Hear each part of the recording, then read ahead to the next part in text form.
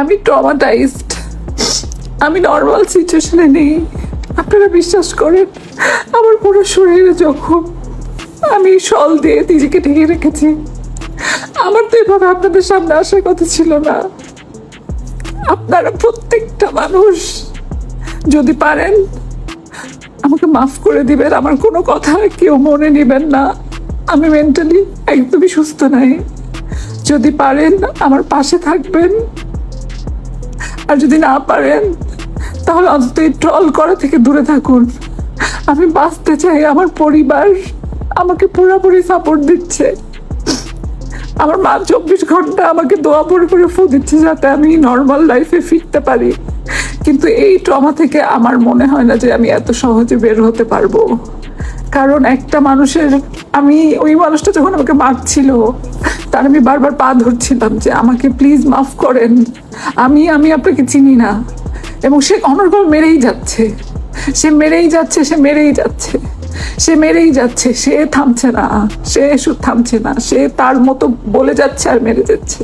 ক্ষমতা টাকার কি এত পাওয়ার হতে পারে? এত টাকা, এত ক্ষমতা, আল্লাহ যেন এরকম ক্ষমতা, এরকম পাওয়ার কাউকে না দেয় যে মানুষ পশুতে রূপান্তর হয়। আমি আপনাদের কাছে হাত জোর করে বলছি, আমার কোনো কথায় কেউ কষ্ট নেবেন না। মেয়েরা আমার কোনো কথায় কষ্ট নেবেন না। আমার বাংলাদেশ সরকার, বর্তমান যে সরকার আছেন, তারা আমাকে ইনশিওর করেছেন যে তারা আমার পাশে আছেন এবং আমাকে বিভিন্ন জায়গা থেকে ফোন করে, সংস্থা থেকে ফোন করে বলা হয়েছে যে তারা আমার পাশে থাকবেন। কিন্তু আমি আমার জীবনের রিস্ক ফিল করছি। দিন শেষে কি আমার তারকা হওয়া, অভিনেত্রী হওয়া, মডেল হওয়াটাই অপরাধ?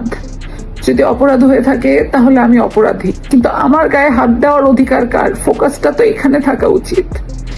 তারপরেও সবার শেষে আমি এত কথা বলতেও পারছি না। আমি শুধু একটা কথাই বলতে চাই, আমি যদি কারো মনে কোনো প্রকার কষ্ট দিয়ে থাকি, আমি সবার কাছে এটার জন্য ক্ষমা প্রার্থী।